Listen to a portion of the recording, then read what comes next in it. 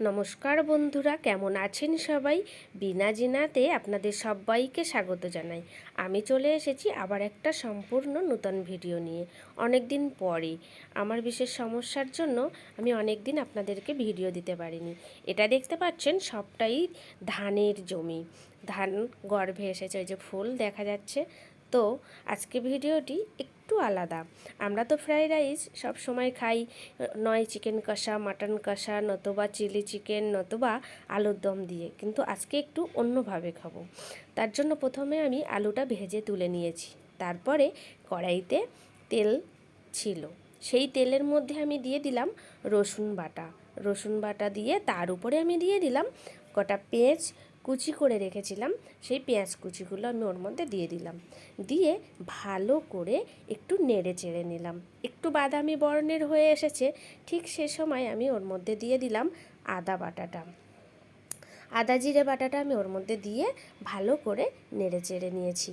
ভালো করে নেড়ে চেড়ে নিয়ে এবারে আমি এর মধ্যে দিয়ে দেব পরিমাণ মতো লবণ দিয়েও একটু নেড়ে চেড়ে নিয়েছি। তারপরে দিয়ে দিচ্ছি হলুদ গুঁড়োটা আমি দিয়ে একটু নেড়ে চেড়ে নেব। নেড়ে চেড়ে নিয়ে তারপরে আমি এর মধ্যে কাঁচা লঙ্কা বাটা সেটা আমি দিয়ে দিলাম। কাঁচা লঙ্কা বাটাটা দিয়ে একটু সময় নেড়ে চেড়ে নিলাম। সব মশলা দিয়েই একটু একটু করে আমি নেড়ে চেড়ে নিয়েছি, কিন্তু মাথায় রাখতে হবে মশলাটা কিন্তু বেশি ভাজলে হবে না, তাহলে কিন্তু তিতকুটে লাগবে।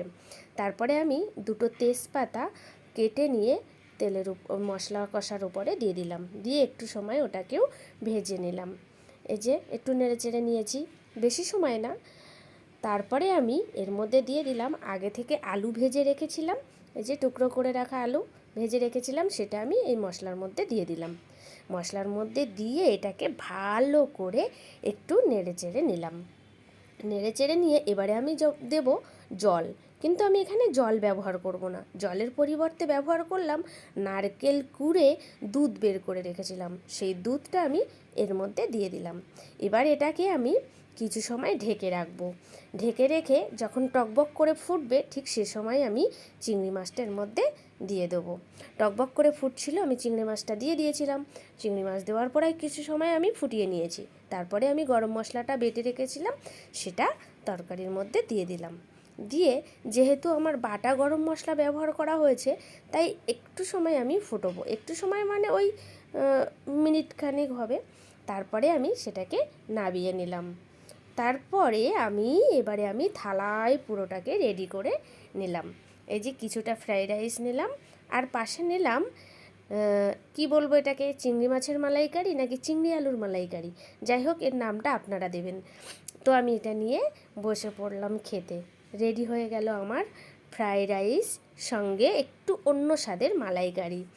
তো সব সময় একই রকম খেতে খেতে তো মনটা কেমন হয়ে যায়, একটু আলাদা কিছু টেস্ট করে দেখলে বেশ ভালোই লাগে।